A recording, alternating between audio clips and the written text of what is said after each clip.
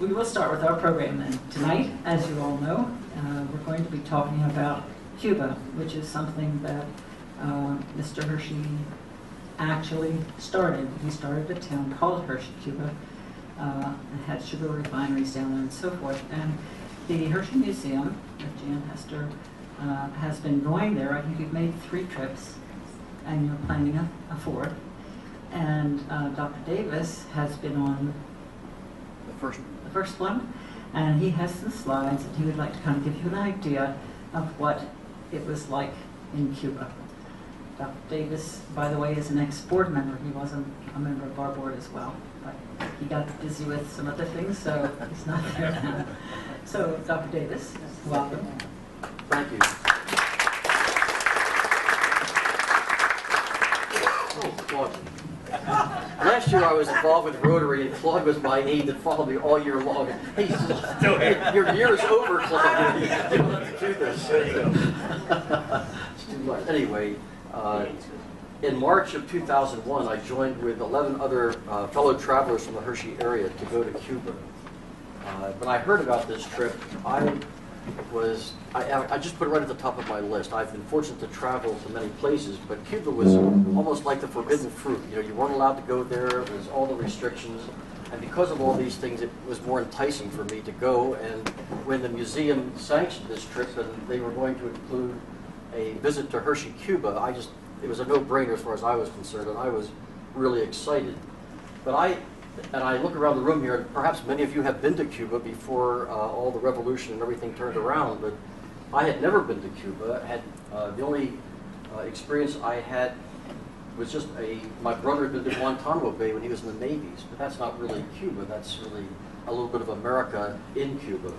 But I was interested really in Cuba itself and Havana, and like you, I remember reading about the revolution, and then everybody being excited about Castro, and then a year later finding out what his regime was, and then of course we had the Bay of Pigs in 1961, and then in 1962 where there was the Cuban Missile Crisis. So all of these modern things were, you know, things that I remembered, but there was a whole history of Cuba that I was unaware of, and it was fun for me to go back to Cuba, to go to Cuba, and to learn. Actually, Cuba was discovered on Columbus's first trip to the Americas in 1492, so that one of the first cities, Havana, was established in 1514, so that there was a tremendous history in Cuba that's older than the United States, so that there was a wealth of history on this trip. So what I'd like to do, I have 2 carousels. I'd like to share with you a carousel talking about Cuba today, and then also the second carousel would be the one that you're probably more interested in, is the history and slides from Hershey, Cuba. But I think Cuba itself is fascinating, and perhaps you're not aware of the things that I was unaware of, and just the wonderful history of the architecture in Old Havana. Do you mind if I guess I'll sit down here. Can you hear me all?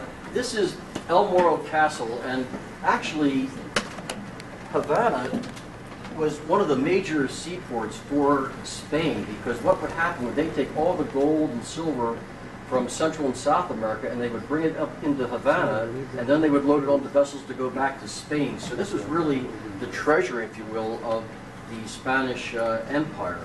And that's why Havana was so important, and why they have so many fortresses, because of all the pirates in this area trying to scuttle the galleons loaded with the treasuries. This is taken from El Morro Castle, and you're looking right at Havana. And Havana, if you don't remember, is on the northern shore of Cuba, and it's on the Atlantic Ocean. And this is now looking from Havana out toward Morro Castle. This is probably the oldest, let me just give you an idea that Havana has 2 million population. I think when we think of the Caribbean, we think of small towns, maybe 1 or 2 story hotels, just nothing really special. But the architecture and history in Havana is just overwhelming. This is actually the first fort that was ever built in the Americas, and it's the first Spanish fort. And it's called what is it called? The Castle of the Royal Forces. And the weather vane is actually called the Juradilla It's the symbol of Havana, and apparently one of the Spanish governors went off to Florida to find the Fountain of Youth, and his wife, in the meantime, became governor in his place, and was a very well-respected governess and treated the people very nicely. And he obviously never came back from Florida, and she died, and they memorialized her with this weather vane, and she's looking out over the Atlantic toward Florida. But this is really the symbol, if you will, of Havana. Now, I have Jan Hester here from the museum, and she's been to Cuba 3 times, so I told Jan, now when I start talking and I say something out of place or I'm making a mistake, just correct me, because we want to get the information out here. I'm not going to worry about whether I do it or she does it. This is called El Temple, and this is supposed to be the site where the founding of Havana was, and this dates back to the 1600s, I believe, or 1700s.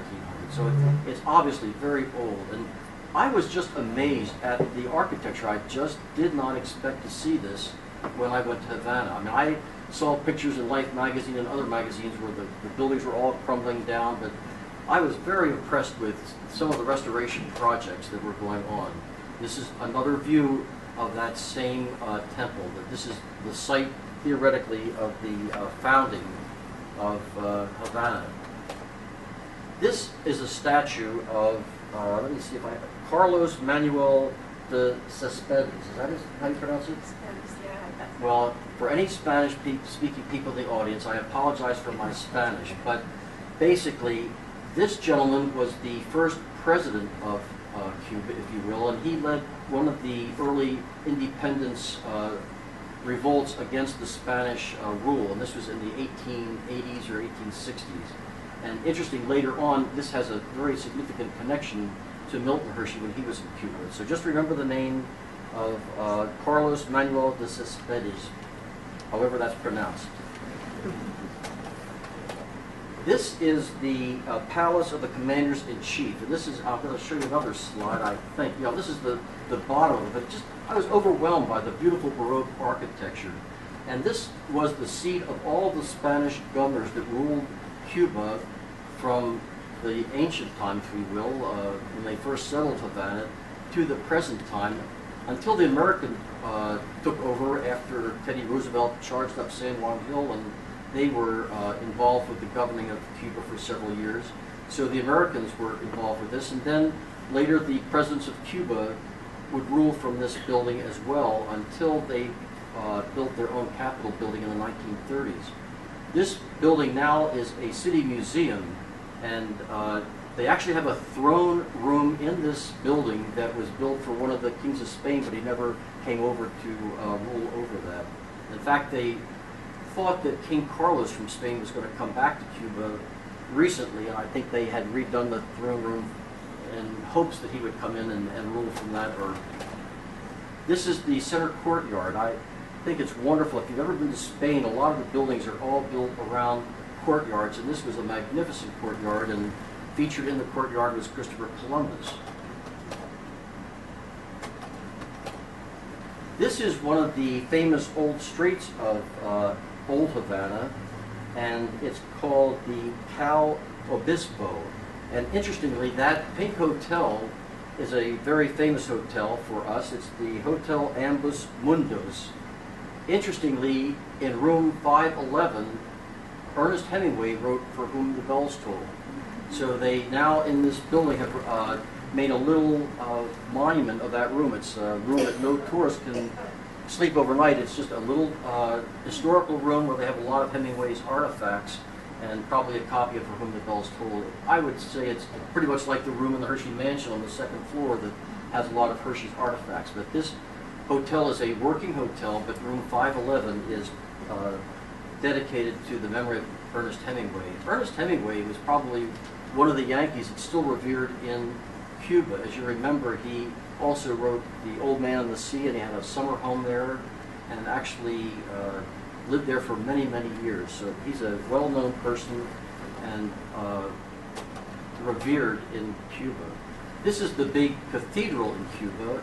Now, interestingly, when Castro took over a communist rule, you'd think that the churches and religion would be set aside, but I think and I think they were in the beginning, but I think more recently, when Russia cut off the money to Cuba, Cuba was desperate for any kind of money, and they really started to invest in tourism. So I think we were fortunate beneficiaries of the investment in tourism over the last several years, because this is their major source of money now in Cuba, is the tourism industry.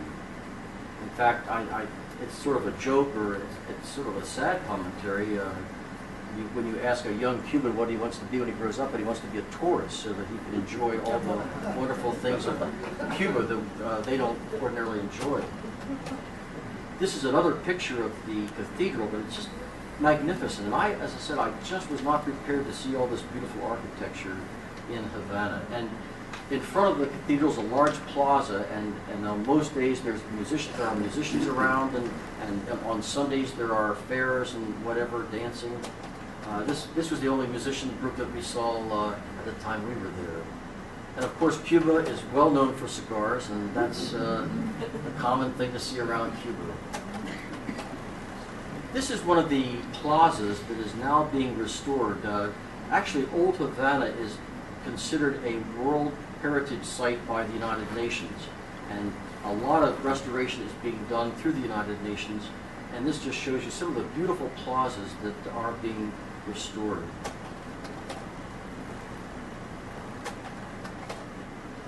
And this is the capital of Havana, and it does look familiar, doesn't it? Because it really is modeled after our Capitol building. The dome of the Capitol in Havana is very similar to our Capitol. And this is their Grand Theater, the Grand Teatro, and it's just magnificent architecture. We were privileged one evening to actually attend a ballet performance in the theater, and it's just, when you go inside, it's almost like being in Paris or in Madrid or one of the European cities. Again, a close-up view of the architecture. When you think of this city being established in 1514, so it's over 400 years old, and the fact that it was really a cornerstone in Spain's investment in the New World. This is why all these wonderful buildings are here. And this is an interesting building. This is the Bacardi building, and it's a contrast to all the Baroque architecture. This is sort of Art Nouveau or Art Deco. Close-up of the work. This would be more familiar in South Miami Beach, I think, than some of the areas. And the transportation, the pedicab, and we called these the coconut cabs. Interestingly, on my trip, one of our couples decided rather than walking through the city, they'd want to take a cab. And as soon as they got in the cab and went a little distance, the policeman apprehended them. It's illegal for Americans to ride in these taxi cabs. Actually, that's changed. It's changed. Okay, well, the last time we were there, we all rode it. So 3 years, what a difference. Even Castro modernized. He wants the money, let's face it. And it's interesting, the contrast of old and new. And here's a photographer like we would have anywhere around, but look at the camera that he's using for his film. And bookstores. This is the main plaza, Plaza de Armas, in front of the palace, the city museum that I showed you earlier. And these bookstores were up all the time we were there. And I couldn't understand Spanish, but some of the books were old. I just wish I could, because there were some wonderful old books there. And then this was a Sunday, I believe, that we saw sort of like a festival. And the Cubans they love music, they love fun, they love eating, and we just had a wonderful time. And as an American, I felt very comfortable there. I just would walk anywhere at night, any time during the day, and the people were very, very friendly. It was a wonderful feeling. And of course, when you're in a socialist country, you have all these socialist billboards. This happened to be the 42nd year anniversary of the revolution. And as we traveled throughout other areas in Cuba, it was not unusual to see all these revolutionary signs. This is in the Plaza of the Revolution, and this is, of course, one of their main guerrilla heroes, Che Guevara. He and Castro were the ones that really organized the revolution in 1959, and then I think he went off to Bolivia at one point and was killed in Bolivia. Is that right? That's right. Good, I got that right. But then they brought his ashes back to Cuba. Everywhere we went, there were signs and symbols of Che. I think the people that are the heroes that I remember for Cuba standpoint would be Che, Fidel, the first president that I mentioned, and Jose Marti, who was another Cuban idealist. He really did most of his work in the United States, but when he came over to Cuba for the second revolution of independence, this is in the 1890s, he was more of a social reformer. He not only wanted to get independence from Spain, but he wanted to make life better for all the people in Cuba. So that was why he was so well revered.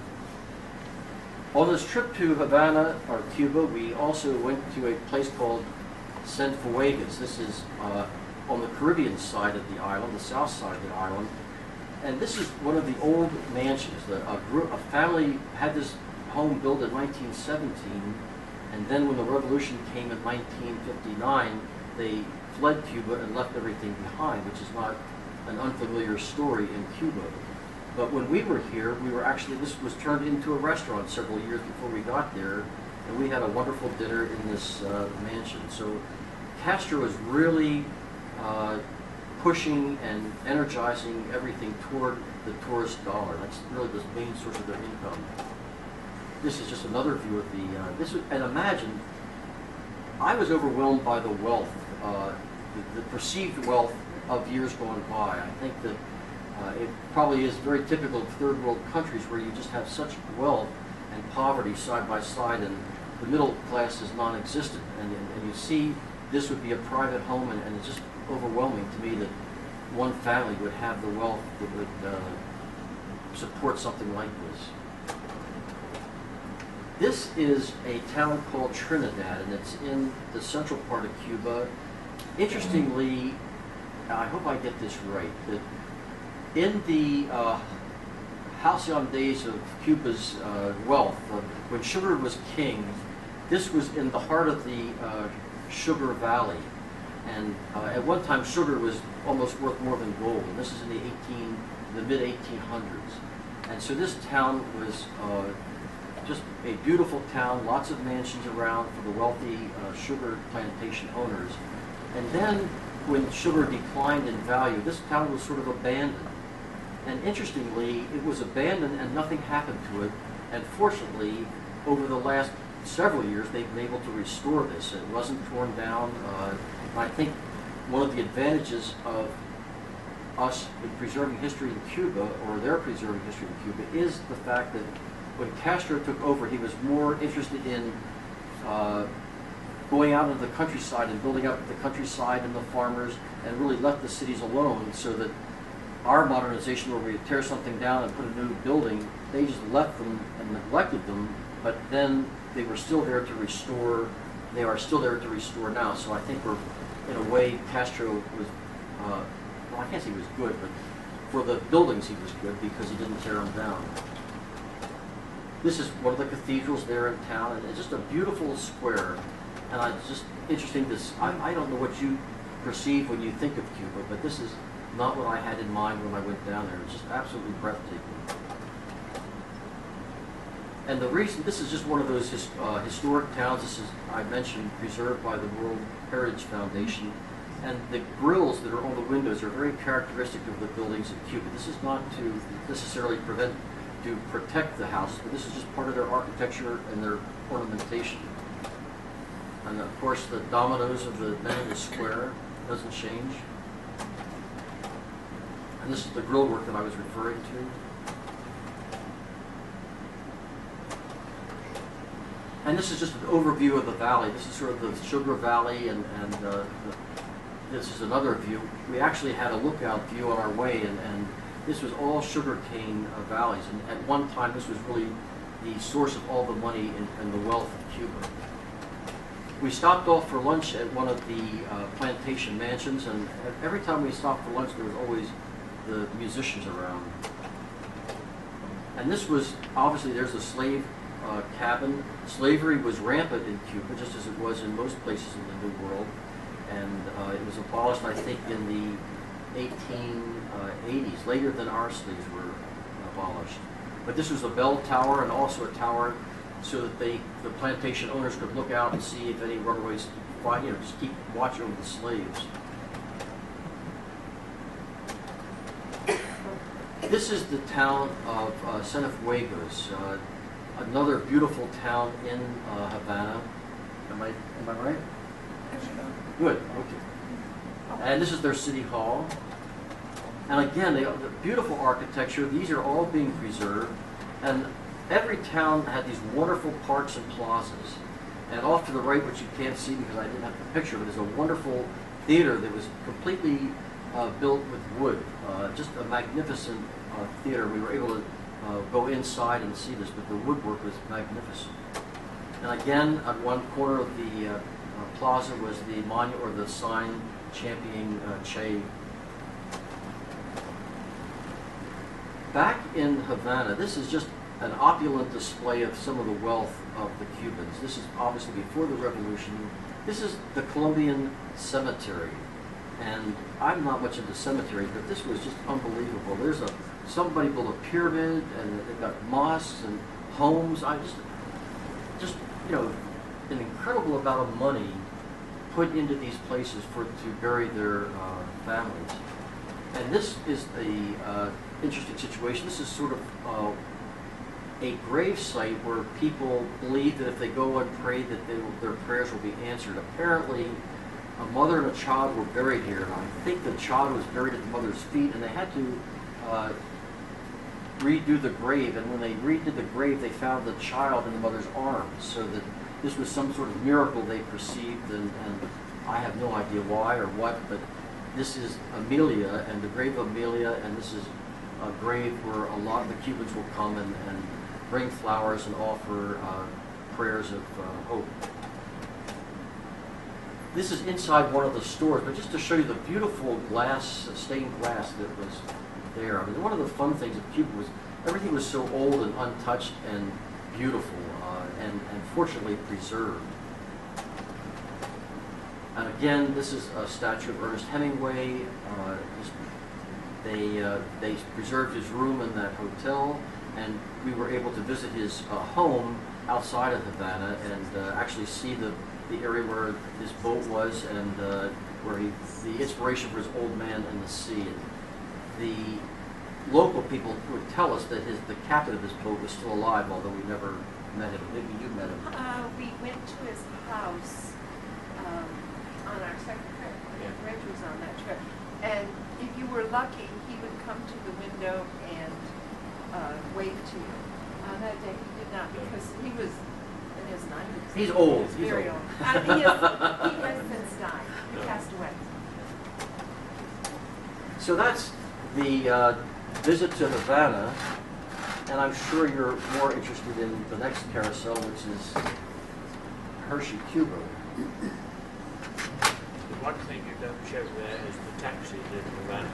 The what? Taxis, The cabs, the taxis. cabs. Oh, the camel. Yeah. Well, And it's like being in Hershey with all the antique cars. It literally is. you know, that I must tell you that was a thrill, because I can't tell any cars on the road now. But when I was a teenager, like all of you, you knew every car as it came by. You knew exactly what it was. Well, when I was down in Havana, all these, since the revolution, there have been no new American cars, so they have all the old cars there. And I thought, oh my gosh, it's like going to the antique car show. It's just, I know the cars. I know who they are. I know the Fords. I know the Chevys. There are no Toyotas. It's just, it was just wonderful. It was just like going back to your childhood. I mean, I could tell, I knew every car as I walked down the street. That's right. Havana once had the largest Cadillac dealership in the Western Hemisphere.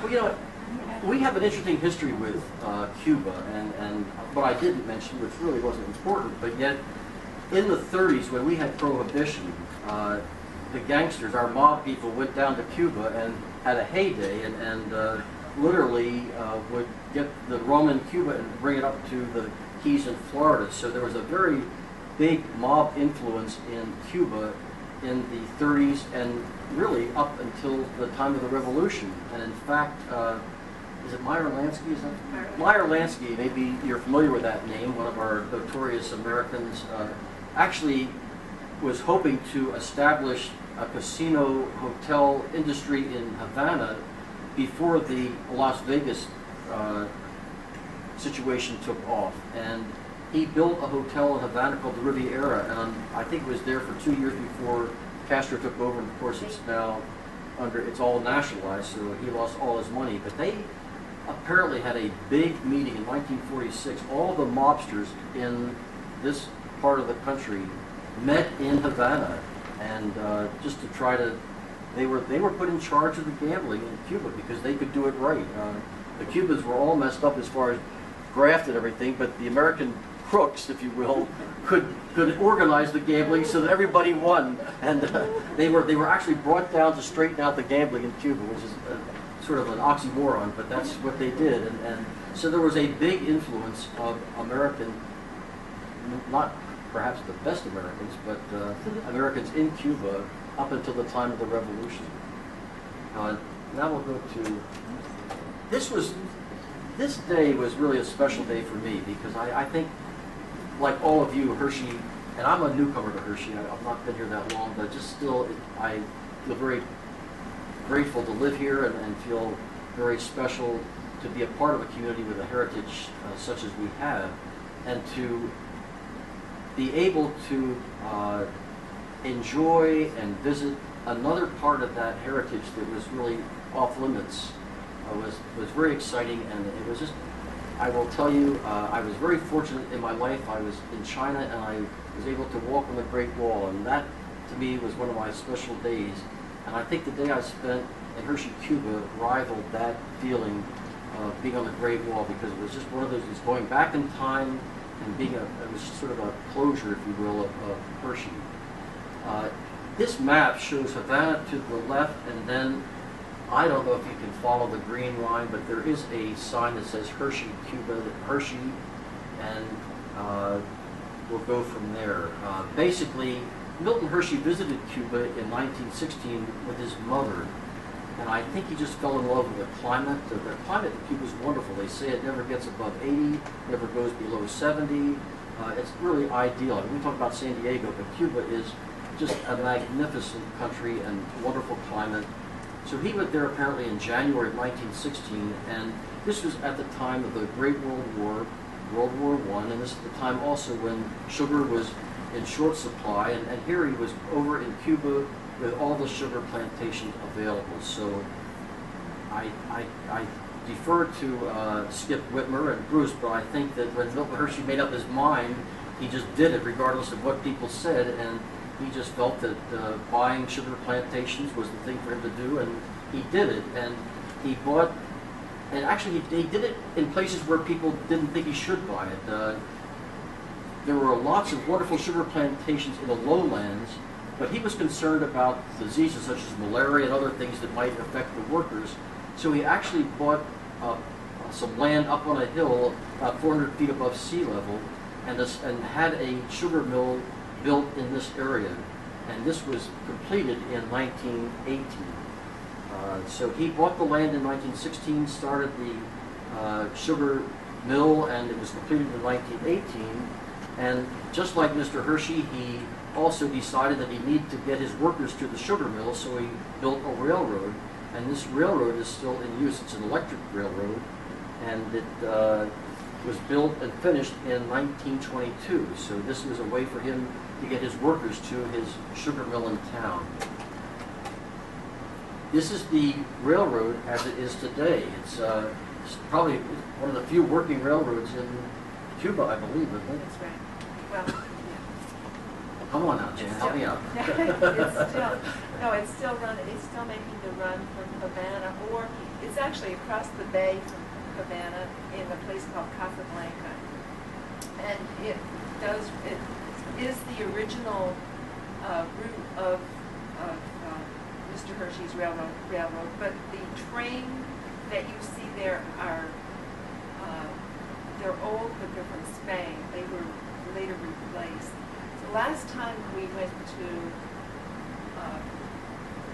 Hershey, we found a man who is now collecting those trains. Somehow he has got several of them, and he has put them inside the refinery at Hershey and sort of created a little museum.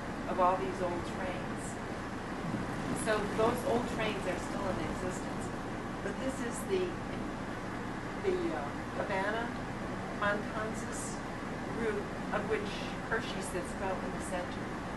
And this is the train we rode, and this is the station where we got off, and it was just amazing to see the town sign Hershey. I mean, it was like, wow, this is unbelievable. There it is, Hershey. You heard about it, you wrote about it, but I was right there. Yeah, we were just, I just wanted to Go Tom ahead, said please. it was okay. to I interrupt. said, Jan, interrupt. And I've got Reg over here who went on my second trip. Like everything in Cuba, everything is uncertain. And you never know. When Tom went, we rode right through it, and we were fine. When Reg went with me, we broke down in the center. And it was very interesting because we became acquainted with all the people on the train. And our guides went walking off the train and went someplace, and we were hoping that somehow they would figure out a way to have us rescued. And sure enough, we were near a little town. We got off the train after about an hour, and our bus rescued us, and we went on to Hershey. But that's what another person I was told was on that train once, and it exploded for some reason. So the train ride is sort of an adventure in itself. You know, and it's interesting. This was on the outskirts of the town of Hershey, and we were going to take a bus to go into the town itself. And I must say that this is sort of typical of what happens when you're in a socialist country, if I may be so blunt. But we were told from the very beginning that we were able to take our cameras and take photographs, no problem at all. And we got off the train and they said, okay, no photographs, no nothing. You can't do anything.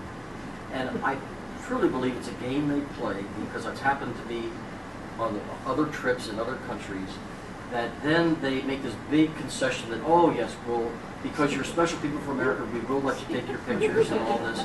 It's just a game. I mean, when you're there and you think, oh my gosh, I can't wait to take all these pictures, they say, no pictures. You think, gee, this is great. I can't believe it. But I truly believe it's a game they play. I don't know if they... I just learned one other thing. You can say, Jan, please do. As you all know, Mr. Hershey was an avid golfer. Can you hear me? Okay. Mr. Hershey was an avid golfer, and they created a golf course, which was one of the best golf courses in Cuba at the time. And the first time we got there, it was destroyed. Nobody knew where it was. But I had taken down a group of old photographs from the archives and left them with the historian. Every time I go there, I lose another book because somebody wants one of those. And the last time we went back, she had taken all of the photographs and had found the exact locations of every one. And this, right across the street, was where the golf course was. It was down straight, and the building off to the right was part of the buildings that they had for the golf course. But if you were to go on further, you would come eventually to the Hershey Gardens, which are still there. But that's the area where you sometimes see a picture of Mr. Hershey with his caddy and some golf clubs. There's pictures like that. I don't know whether they're... Okay. And this is where those were taken. Okay, so now these are pictures that I was able to get from the museum that Jan and Dave shared with me. Dave Park is here. Dave has given a talk on Central Cuba, so I've got to be very careful what I say and how I say it, I guess. But anyway, these are old postcards from Central Hershey. And interestingly, Central is the word for sugar mill. So when you talk about Central, you're really saying sugar mill, correct? That's centrality. Centrality. Anyway, I didn't know what Central meant. I just thought it was central meaning the location, but that's actually referring to the sugar mill. And you can see the sugar mill on top of the hill, and here's another view of it. And Beatty, B-A-T-E-Y, is town. Is that correct? So I think that means town. So it's sort of the entrance of the town. And this is almost the view that we saw when we came in. This is another view of the old sugar mills, and this is what we saw. Yes, this is what we saw. So here it is not today, but in 2001. And again, having seen all these old postcards, and then to be there in person, it was a real thrill. I must say that. You could say. I think the interesting thing about this sugar mill is that it was a very special sugar mill. First of all, Mr. Hershey had brought the electric to Hershey in 1919, I believe. And it was, at first they ran the trains with steam, the first few, but then they converted them all very quickly to electric trains. And because he built such a good electrical factory, if you will, in the city of Hershey, he was able not only to run the trains, but also the sugar mill, and then also for the town with some surrounding towns. And that was completed by 1922, I believe. And I think that's amazing to me, because to think that whole area was electrified from 1919 to 1922. I remember in my youth going to places where they still didn't have electricity. And I'm not quite that old. No, in the 40s there were places that didn't have electricity yet. So, but anyway, going back to the sugar mill, this was a special sugar mill. There were two other sugar mills, one at Rosario and the other in San Antonio. And they produced not as much as this. This place at the max had about 3,500 workers. But the places in Rosario and San Antonio, they would bring the sugar in and crush it, and then you extract the juice from it, and then they make raw sugar. But that's as far as most sugar mills could go. This one would do the final step. And it's kind of a complicated, it's the third step in making a very fine, refined sugar. And it uses a carbonization process using bones from animals in some fashion. It's hard with translations to know exactly how that all went, but it was considered one of the finest sugar mills in Cuba because of that process. The one problem with this now is in 2002, most of the sugar mills were shut down, including this one. This one was shut down because there was structural problems inside the factory. So it was one of the ones, they kept the best ones, and some of the other ones were those two were the ones to go. And so it's no longer functioning as a sugar factory. And here is the Hershey Hotel, which is right across from the sugar mill, as it was in the 1920s, and the front porch. And this is what it looks like in 2001. The same building, but obviously used for other purposes. No, is it behind it? The little room? Yeah. I have a little room. Okay. And I don't know what his fascination was with octagonal rooms, but this was very similar to the room that is part of the mansion.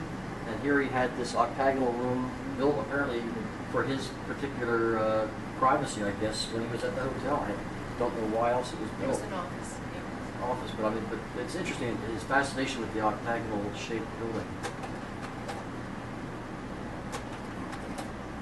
This again is one of the, just like Hershey, Pennsylvania, he took care of all the people. Not only he didn't just make money, but he took care of the people. As Jan mentioned, he supplied golf courses, baseball fields, and gardens that we'll see later on. But this is one of the streets that he had for the workers, and this is what it looks like today.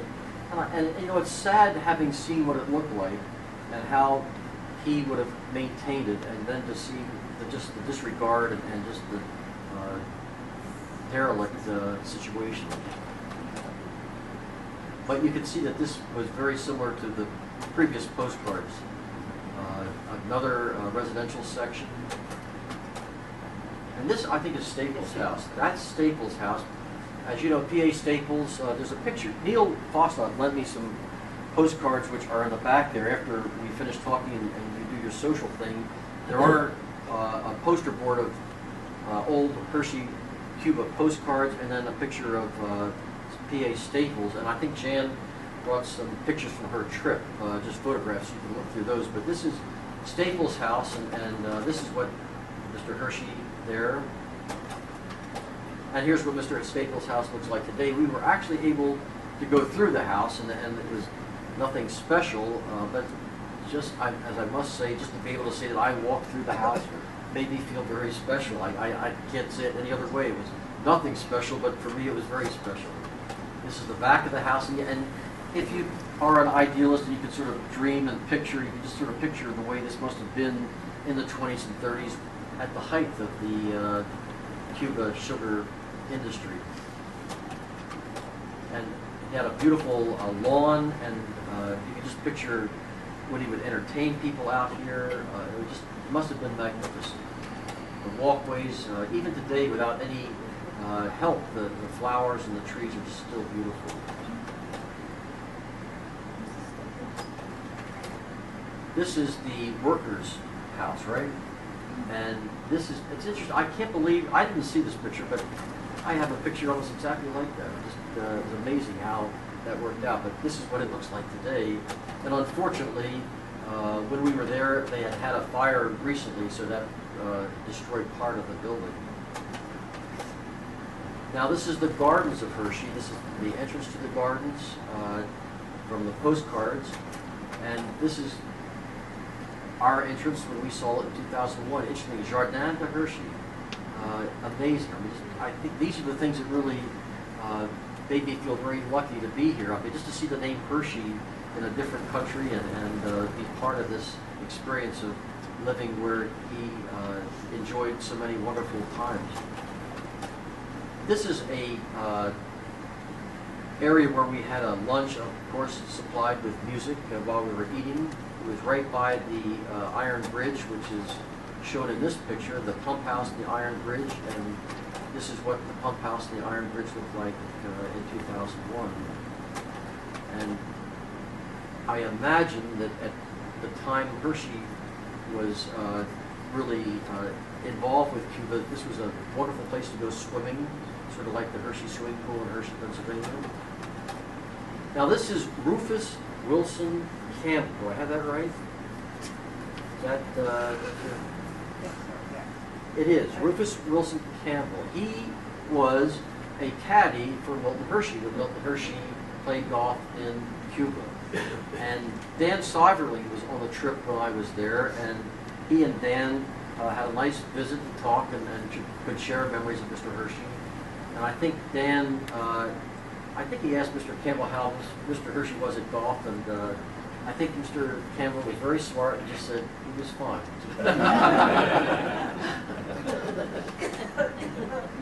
We then drove from Hershey, Cuba, to Rosario, which was another of the sugar mills in his holdings, and we passed through the sugarcane fields and to see all the equipment.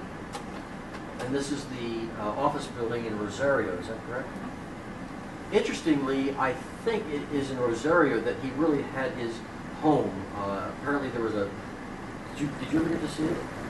No, Okay, no. And according to the historian in Hershey, he really never stayed in Hershey very much. There was a house, he owned a house there, and he would come and go. He stayed in Havana a lot, but then he found this house in Rosario, and then he did stay in Rosario. This is very close to the refinery that, I took the pictures now. I don't think I do. Okay. The refinery is right here also. Unfortunately, we got chased out of this town. Yeah, they didn't like us here. But anyway, this apparently was where he had his home that he spent, other than Havana, where he spent most of the time when he was out in the sugar plantation areas. Just a picture of the old trains. I like trains, and it's just fun to see them still working. This is, if you can read this, it says something Hershey in the year, what is it, 1924? I can't read it from here, but it's, anyway, basically this was in Rosario. This is a town park, and they put up this monument for Hershey, and this is what it's looked like today, but they of course stripped all the notations regarding Mr. Hershey. But that's, go ahead, Jan. This is also, Rosario is actually in a town called Acapulco, and that is rumored to be, or probably was, where the boys' school that Mr. Hershey founded was. Or do you have something like that? I have no, no, you can go ahead. But we never did find it, we could not find any trace of it, and so that still remains a mystery. But it is the town where he had the boys' school. We didn't rehearse this, so that that's okay. Let's. What is this? This is the children's center that Jan was referring to. Apparently, in 1925, he started this home for children, and very much like the Hershey Industrial School that he founded in Hershey. And I think the first boys that were admitted to this school were actually children of parents who were involved in a train accident. Apparently, 1923, on his railroad, there was a major accident, and I don't know whether that was the inspiration for his building this or starting this orphanage, but anyway, the first boys that were admitted to this school, if you will, were children of parents who were involved or killed in that accident. From my knowledge, he ran this school for 10 years, from 1925 to 1935, and I don't know why he stopped, but he then turned it over to an orphanage, and they took over after that, so that he really was involved with the school for only 10 years.